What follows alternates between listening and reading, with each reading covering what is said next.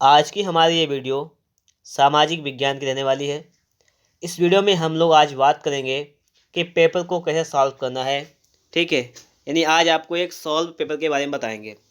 इससे पहले की जो वीडियो थी उसमें मैंने आपको बताया था कि पेपर जो आता है सामाजिक विज्ञान का, उसमें टोटल कितने प्रश्न आते हैं, आपको कैसा करना होता है, उन सारी चीज़ों के बारे में चर्चा की थी। अगर आप लोगों ने उस वीडियो को नहीं देखा है तो उसका लिंक मैं डिस्क्रिप्शन बॉक्स में दे दूंगा, वहाँ से देख लीजिएगा, या आपको एक प्लेलिस्ट मिल जाएगी तो आप लोग वहाँ से भी देख सकते हैं। तो आपको पता है कि कितने खंड आते हैं, ये पता है आपको कि 2 खंड आते हैं, एक खंड का आता है, एक खंड खा आता है। तो यहाँ पर आपका है सॉल्व्ड पेपर है, पेपर नंबर 1। ठीक है, तो देखिएगा, इसको देखते हैं। पहले आते हैं 6 बहुविकल्पीय प्रश्न। लिखा हुआ है पहला प्रश्न कि जर्मनी के एकीकरण का मुख्य निर्माता कौन था। तो जर्मनी के एकीकरण का मुख्य निर्माता कौन था? ये थे विलियम प्रथम व बिस्मार्क।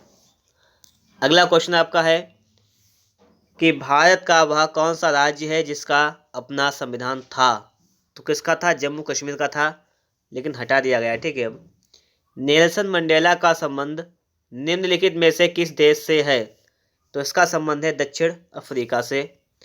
अगला है कि औद्योगिकरण के सबसे पहले चरण में इंग्लैंड के इनमें से कौन से मुख्य उद्योग थे? तो कौन कौन से थे? कपास और धातु उद्योग। अगला क्वेश्चन आपका है कि गांधी जी ने असहयोग आंदोलन क्यों वापस लिया था? चौरी चौरा की घटना के कारण लिया था। निम्नलिखित में से किस वर्ष विश्व भर में महामंदी का प्रकोप रहा? 1929 से 1930 तक का रहा। ठीक है, तो आपको मालूम है कि आपके सोशल साइंस में खंड का में पहले क्या आते हैं? 6 नंबर के आपके आते हैं वह विकल्पीय प्रश्न। ये हो गए कंप्लीट। अब आगे देखेंगे, आपके सामने लिखे हुए अतलग, ये आपके 3 अतलग उत्तरीय आते हैं 2-2 नंबर के। पहला लिखा हुआ है क्वेश्चन नंबर 7, मुद्रण की तकनीक सबसे पहले कहाँ विकसित हुई? तो मुद्रण या छपाई कला की तकनीक सबसे पहले चीन, जापान, कोरिया में विकसित हुई थी। हो गया क्वेश्चन। बस किन्हीं 2 क्षेत्रीय दलों के नाम लिखिए। हो जाएगी आपकी एक क्षेत्रीय दल अकाली दल, समाजवादी पार्टी, सपा जगत। आपका आगे है कि असहयोग आंदोलन कब और क्यों वापस लिया गया था?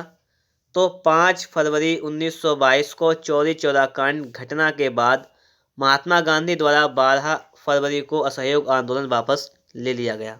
बस, तो असहयोग आंदोलन कब और क्यों वापस लिया गया? तो 5 फरवरी 1922 को चौरी चौरा कांड की घटना हुई थी।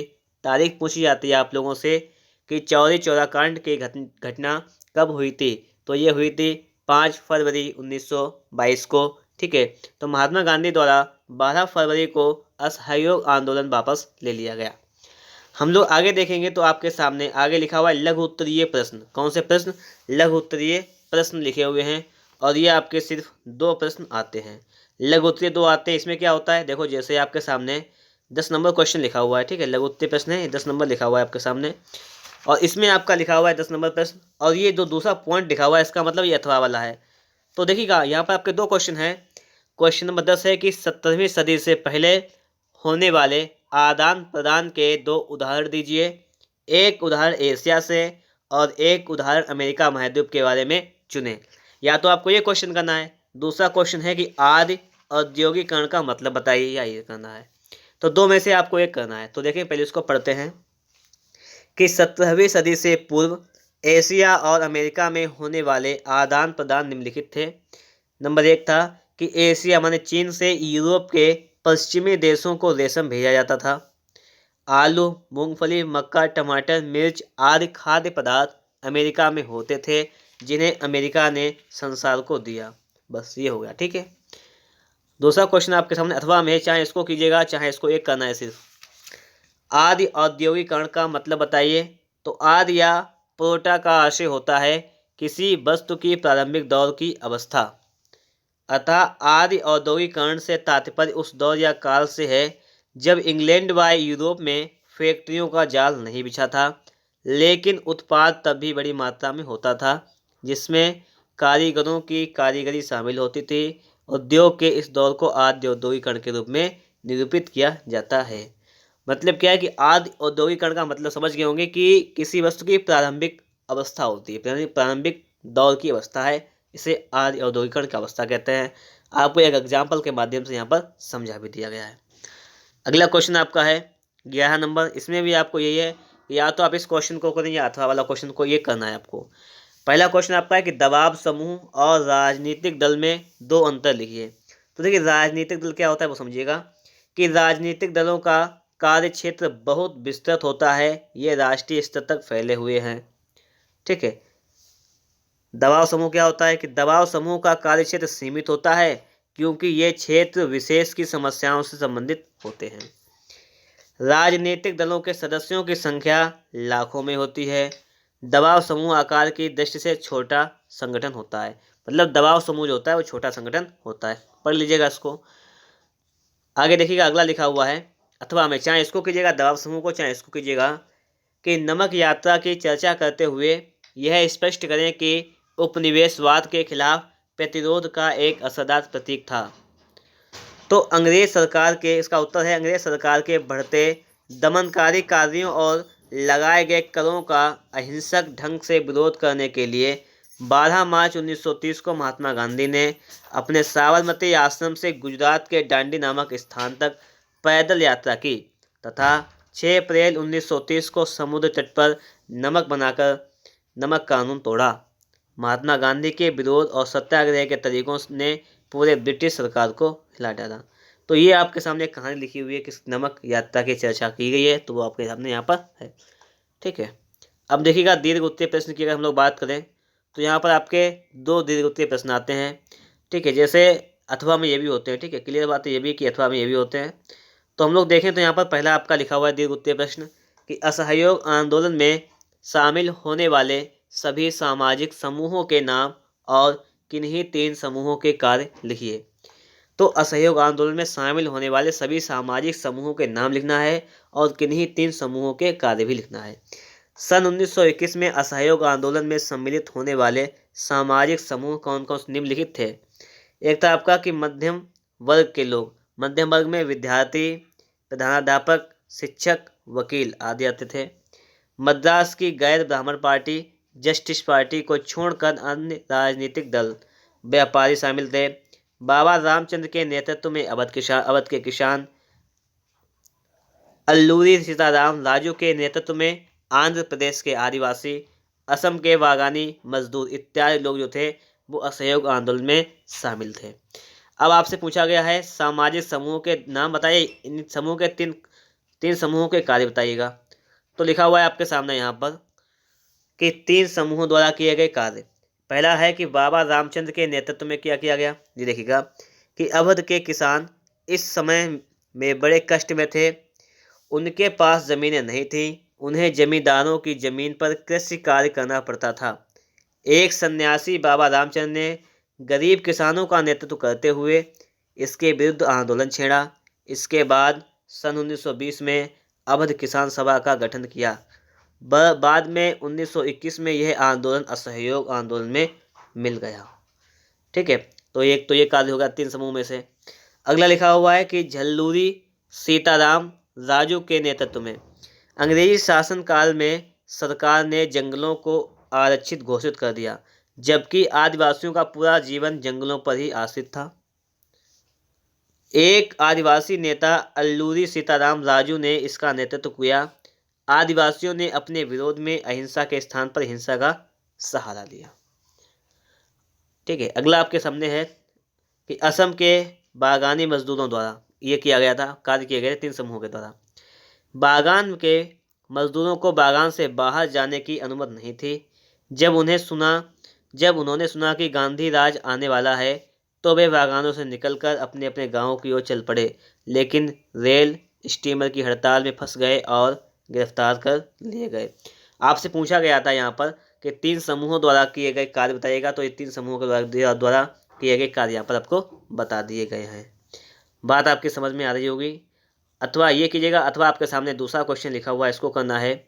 दूसरा क्वेश्चन आपका है यहाँ पर देखिएगा कि आधुनिक लोकतांत्रिक व्यवस्थाओं में सत्ता की साझेदारी के अलग अलग तरीके क्या हैं, इनमें से प्रत्येक का उदाहरण भी दें।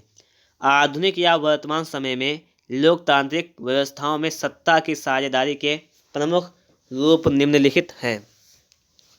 तो आपके सामने एक लिखा हुआ है कि शासन के सभी अंगों या माध्यमों द्वारा सत्ता की साझेदारी। कि लोकतंत्र में 3 माध्यमों से सत्ता को संभाला जाता है: कार्यपालिका, विधायिका, न्यायपालिका। इन तीनों अंगों की कार्यकुशलता ही लोकतंत्र की सफलता का कारण बनती है। कार्यपालिका विधायिका द्वारा बनाए कानूनों का संचालन और लागू करती है, जबकि न्यायपालिका कानून तोड़ने वाले को दंड देती है। ठीक है, तो ये बात हो गई यहाँ पर। अगला लिखा हुआ है आपका कि लोकतांत्रिक व्यवस्था में सत्ता की साझेदारी में जात तथा भाषा का सहयोग। लोकतंत्र जनता द्वारा चुने हुए प्रतिनिधियों के द्वारा शासन प्रदान करता है, इसलिए शासन के मुखिया प्रधानमंत्री की यह जिम्मेदारी बनती है कि वह अपने मंत्रिमंडल में विभिन्न भाषा जात समुदाय के लोगों को उनकी संख्या के आधार पर शामिल करे और प्रतिनिधित्व प्रदान करे। जिस प्रकार बेल्जियम में डच फ्रेंच भाषा बोलने वाले मंत्रियों की समान संख्या का प्रावधान है, उस प्रकार से। आपके सामने आगे लिखा हुआ है कि जन सामान्य की सत्ता में साझेदारी। लोकतंत्र में जनता के चुने हुए प्रतिनिधि ही शासन करते हैं, लेकिन फिर भी जनमत संग्रह, लोक निर्णय, राइट टू रिकॉल जैसी व्यवस्था अपनाकर आम जनता की शक्ति को प्रत्यक्ष रूप से बढ़ाया जा सकता है। यह हो गया। विभिन्न दलों, दबाव अथवा हित समूहों में सत्ता की जिम्मेदारी। लोकतंत्र में पक्ष और विपक्ष दोनों की जिम्मेदारी होती है कि शासन कार्य अच्छे ढंग से चले। जहां सत्ता दल अपने कार्यों से जनता का विकास करती है, वहीं विपक्षी दल और दबाव समूह सरकार के गलत कार्यों पर जनता का ध्यान आकर्षित करते हैं। ये बात यहाँ पर होती है। ठीक है, तो ये क्वेश्चन जो था आपका, ये क्वेश्चन था कि आधुनिक लोकतांत्रिक व्यवस्थाओं में सत्ता की साझेदारी के अलग अलग तरीके क्या हैं। उदाहरण देना आपका, प्रत्येक एक का उदाहरण देना। तो आपके यहाँ पर अलग अलग उदाहरण इसके देकर बात को यहाँ पर समझा दिया गया। अब देखेंगे हम लोग यहाँ पर, देखिएगा ये 3 आपको देखिए, ये तो दी गई थी, अंग बताए गए थे। एक कार्यपालिका थी, एक विधायिका थी, एक न्यायपालिका थी। तो इन्हीं 3 का आपको उदाहरण भी दे दिया गया। अब अगर हम लोग आगे बात करें, इसको देखिएगा। हाँ ठीक है, ये आपके सामने यहाँ पर लिखा हुआ है, यूरोप में राष्ट्रवाद के उल्लेख के लिए कौन कौन से कारण उत्तरदायी थे, विस्तार पूर्वक लिखिए। ये भी 6 नंबर का क्वेश्चन आता है, इसके अथवा में भी आपको एक क्वेश्चन मिल जाएगा। ठीक है, तो ये लिखा हुआ है आपके कि यूरोप में राष्ट्रवाद के उत्थान के लिए निम्नलिखित कारक उत्तरदायी थे। क्या क्या कारक थे? नंबर 1 लिखा हुआ है कि यूरोप के मध्यम वर्गीय समाज का उदय। दूसरा है कि आपका उदारवादी विचारधारा का प्रारंभ, यूनान का स्वतंत्रता संग्राम, संस्कृत और भाषा की भूमिका, जन विद्रोह। ये 5 कारण आपके लिखे हुए हैं। इनके बारे में थोड़ा सा विस्तार से पढ़ लेते हैं कि यूरोप में मध्यवर्गीय समाज का उदय। प्रारंभ के यूरोप में 2 प्रमुख वर्ग थे, कुलीन वर्ग यानी उच्च वर्ग जिसे कहते हैं, और दास व कृषक वर्ग जिसे निम्न वर्ग। लेकिन शिक्षा और औद्योगिकरण के प्रभाव से एक तीसरा वर्ग मध्यम वर्ग का उदय हुआ, जो राष्ट्रवादी विचारों का पोषक बना। क्लियर बात? आगे आपका है कि उदारवादी विचारधारा का प्रारंभ। 19वीं सदी में यूरोप में एक नई विचारधारा का उदय हुआ। उदारवादी नए मध्यम वर्ग के लोगों ने इसे व्यक्ति की आज़ादी, सत्ता में हिस्सेदारी और कानून के समक्ष बराबरी से जोड़ा। आर्थिक क्षेत्र में भी उदारवाद के व्यापार पर सरकार के सभी नियंत्रणों की समाप्ति की बात की गई। अगला आपका लिखा हुआ है कि यूनान का स्वतंत्रता संग्राम। ये कारण पूछेंगे, यूरोप में राष्ट्रवाद के कारण क्या कहते हैं। तो यूनान का स्वतंत्रता संग्राम। यूनान के स्वतंत्रता संग्राम ने पूरे यूरोप में राष्ट्रीय भावनाओं का संचार किया।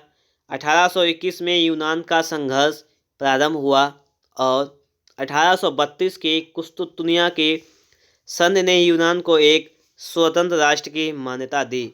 इस स्वतंत्रता संग्राम ने यूरोप के राष्ट्रों को एकीकरण के लिए प्रेरित किया। आपके सामने अगला है कि यहाँ पर कि संस्कृत और भाषा की भूमिका। तो राष्ट्रवाद के विकास में युद्धों व क्रांतियों के साथ संस्कृत और भाषा की भी महत्वपूर्ण भूमिका रही है। संस्कृत और भाषा के आधार पर लोग संगठित होने लगे। अगला है जन विद्रोह। कुलीन वर्ग के लोगों ने अधिकांश संसाधनों पर अधिकार कर रखा था। इस कारण आवेशित जनता को विद्रोह का सहारा लेना पड़ा, जिस कारण और भी राष्ट्रवादी भावना का विकास हुआ। तो ये रहे आपके यूरोप में राष्ट्रवाद के उदय होने के कारण। अगर हम लोग आगे देखें तो अगला लिखा हुआ है आपके सामने, ये क्वेश्चन लिखा हुआ अथवा में आया हुआ है। ये लिखा हुआ है कि नेपाल में लोकतंत्र की स्थापना के लिए किए गए संघर्षों का वर्णन करें। देखिए, नेपाल में लोकतंत्र की स्थापना के लिए संघर्ष किए गए उनका वर्णन करना है। सुनिएगा इसको कि नेपाल हिमालय के क्षेत्र में स्थित एक प्राकृतिक सुंदरता वाला देश है, जहां लोकतंत्र 1990 के दशक में कायम हुआ। नेपाल में राजा औपचारिक रूप से राज्य का प्रधान बना रहा, लेकिन वास्तविक सत्ता लोकतांत्रिक प्रतिनिधियों के पास थी, जिसे बाद में राजा ज्ञानेंद्र ने अस्वीकार करते हुए 2005 में प्रधानमंत्री को अपदस्थ करके निर्वाचित सरकार को भंग कर दिया। नेपाल की जनता में बहुत आक्रोश था। देश की सभी बड़ी राजनीतिक पार्टियों ने एक गठबंधन बनाया और अप्रैल 2006 को काठमांडू में 4 दिन के बंद का आह्वान किया। इस प्रतिरोध ने जल्द ही अनियमित बंद का रूप ले लिया। इसमें माओवादी, बागी व अन्य संगठन में शामिल हो गए। तकरीबन 1 लाख लोग रोजाना एकजुट होकर लोकतंत्र की बहाली की मांग कर रहे थे। 21 अप्रैल को आंदोलनकारियों की संख्या 3.5 लाख तक पहुंच गई। राजा द्वारा दी जाने वाली रियासतों को ठुकरा कर सबकी एक ही मांग थी, संसद को बहाल किया जाए, सर्वदलीय सरकार बने, एक नई संविधान सभा का गठन हो। 24 अप्रैल 2006 को राजा ने तीनों मांगों को मान लिया। एसपीए ने गिरिजा प्रसाद कोइराला को अंतरिम सरकार का प्रधानमंत्री चुना। संसद फिर से बहाल हुई और इसने अपनी बैठक में कानून पारित किया। नई विधानसभा ने निर्वाचन के तौर तरीकों पर एसपीए और माओवादियों के बीच सहमत बनी। 2008 में राजतंत्र को खत्म कर दिया गया और नेपाल एक लोकतांत्रिक गणराज्य बन गया। तो ये कहानी आपने सुनी यहाँ पर कौन सी थी कि नेपाल में लोकतंत्र की स्थापना के लिए किए गए संघर्षों का वर्णन था यहाँ पर। तो आपको यहाँ पर मैंने पढ़ के सुना दिया सारी चीज़ें। आप लोग अगर चाहें तो इस वीडियो को दोबारा से देख सकते हैं ताकि आप लोगों को थोड़ा सा बेस्ट लगे। अब देखिए, आपका यहाँ पर खंड का ही चल रहा है। अभी आपका कौन सा खंड चल रहा है? खंड का चल रहा है। और इस वीडियो में सिर्फ हम खंड का को ही कंप्लीट करेंगे 35 मार्क्स का, ठीक है, क्योंकि फिर वीडियो भाई ज़्यादा लंबा बन जाएगा। तो इसलिए हम लोग क्या करेंगे, अब खंड खा को कंप्लीट कर लेंगे अगली वीडियो में। खंड खा हम लोग अगली वीडियो में कवर कर लेंगे, कोई दिक्कत नहीं है, ठीक है। इसको समझो। अभी खंड का में रह गया, इसको देखते हैं। देखिएगा, एक मानचित्र वाला काम है हमारा कि निम्नलिखित स्थानों को भारत के रेखा मानचित्र में इस चिन्ह के द्वारा जो है नाम सही दर्शाता है। सही नाम सही स्थान अंकन के लिए आपको आधा अंक दिया जाएगा सही नाम के लिए। जैसे पहला क्वेश्चन आपका है कि वह नगर जहां खुसरो बाग स्थित है, तो ये कहाँ है? ये इलाहाबाद में है। तो आपका आधा नंबर कंप्लीट हो गया। अभी आधा बचा है नक्शा में दर्शाने के लिए। अगला है कि वह नगर जो उत्तर प्रदेश की राजधानी है, क्या है? लखनऊ। वह नगर जहां जलियांवाला बाग हत्याकांड हुआ, अमृतसर। वह नगर जहां विक्टोरिया मेमोरियल स्थित है, कोलकाता। वह नगर जहां कांग्रेस का प्रथम अधिवेशन हुआ था, मुंबई। तो इन 5 चीज़ों को जगह जो है वो आपको दर्शानी है किस चिन्ह के माध्यम से? ये चिन्ह लिखा हुआ है इस प्रकार से, इस चिन्ह के माध्यम से दर्शानी है, नाम लिख देना है। तो देखेंगे अमृतसर कहाँ पे? पंजाब पड़ता है। पंजाब आपका यहाँ पड़ता है, तो उस क्षेत्र में दर्शा दीजिएगा आप अमृतसर को। फिर ये लखनऊ आपका उत्तर प्रदेश पड़ता है, ये पड़ता है क्योंकि ये नेपाल हमारा अलग कंट्री है। यहाँ पर ये नेपाल लगा हुआ है यहाँ पर, तो उत्तर प्रदेश इसी के पास में पड़ता है। तो आप लोग उत्तर प्रदेश में भर देंगे। लखनऊ यहाँ पर पड़ता है सेंटर में, इसको ध्यान कीजिएगा। यहाँ पर आपका इलाहाबाद पड़ता है उत्तर प्रदेश में ही। अगर बात करें कोलकाता मुंबई की, देखिएगा तो मुंबई पड़ता है आपका यहाँ पर। ये है गुजरात, आपका ये है गुजरात है यहाँ पर, ये पड़ता है मुंबई, गुजरात के नीचे यहाँ पर, ठीक है। ये मुंबई पड़ता है आपका, और इधर पड़ता है आपका कोलकाता, पश्चिम बंगाल यहाँ पर पड़ता है। पश्चिम बंगाल यहाँ पर पड़ता है, तो आपका कोलकाता भी यहाँ पर पड़ेगा। क्लियर बात? तो ये चीज़ें हैं। बस आपको एक मैप मिलेगा, आप एग्जाम देने जाएंगे तो आपको एक भारत का मैप मिलेगा। बिल्कुल सिंपल सा एक मैप होगा आपका। ये मैप आपके सामने जो कि बना हुआ है, इस प्रकार से आपका एक मैप होगा। ये जो है कंट्री आपकी, ये नेपाल लिखी हुई है, नेपाल है, अपने इंडिया में नहीं आता ये, ठीक है। तो अपना ये पास में यूपी लगता है। तो ये चीज़ें यहाँ पर हैं। अमृतसर आपका पंजाब यहाँ पर है, आपका ऊपर जम्मू कश्मीर, ठीक है। इधर गुजरात आपका है, राजस्थान है, यहाँ पर आपका मध्य प्रदेश है, उत्तर प्रदेश के पास में। यहाँ पे दिल्ली आपका पड़ता है। तो इस प्रकार से हम लोग देखेंगे जब, तो आपकी सारी चीज़ें यहाँ पर ये कंप्लीट हो जाएंगी। तो देखने में पता लगेगा यहाँ पर हमें ये चीज़ें कि आगे देखेंगे जब हम लोग, तो लिखा हुआ है कि केवल दृष्टिबाधित परीक्षार्थी के लिए मानचित्र के रूप में संलग्न करें। देखिए क्वेश्चन वही हैं जो थे वहाँ पर, लेकिन ये दृष्टिबाधित मतलब जिन बच्चों को दिखाई देता है ना, उनके लिए कंडीशंस होती हैं, लेकिन आपके लिए कोई कंडीशन नहीं है। आप तो अच्छा स्पष्ट देख सकते हैं, तो आपके लिए कंडीशन सिर्फ ये है कि आप लोग सिर्फ इसको ही करेंगे जिसमें नक्शा फिलअप करना होता है। ठीक है, तो इस प्रकार से हम लोग नक्शा को भी यहाँ पर फिल करेंगे। तो ये सारी बातें जो हैं आप लोगों को बेहतरीन तरीके से समझ में आ गई होंगी। तो हम लोगों ने यहाँ पर जो है वो खंड का अच्छी तरीके से कंप्लीट किया है। हम लोग अब आगे देखें अगर, तो आपके सामने लिखा हुआ है यहाँ पर खंड खा, और इस खंड खा को हम लोग कवर करेंगे नेक्स्ट वीडियो में। तो अगर आप लोगों को वीडियो अच्छा लगा है तो उसे आप लोग एक बार लाइक कर दीजिएगा। चैनल पर नए हैं, चैनल को सब्सक्राइब नहीं किया है तो चैनल को सब्सक्राइब भी कर लीजिएगा।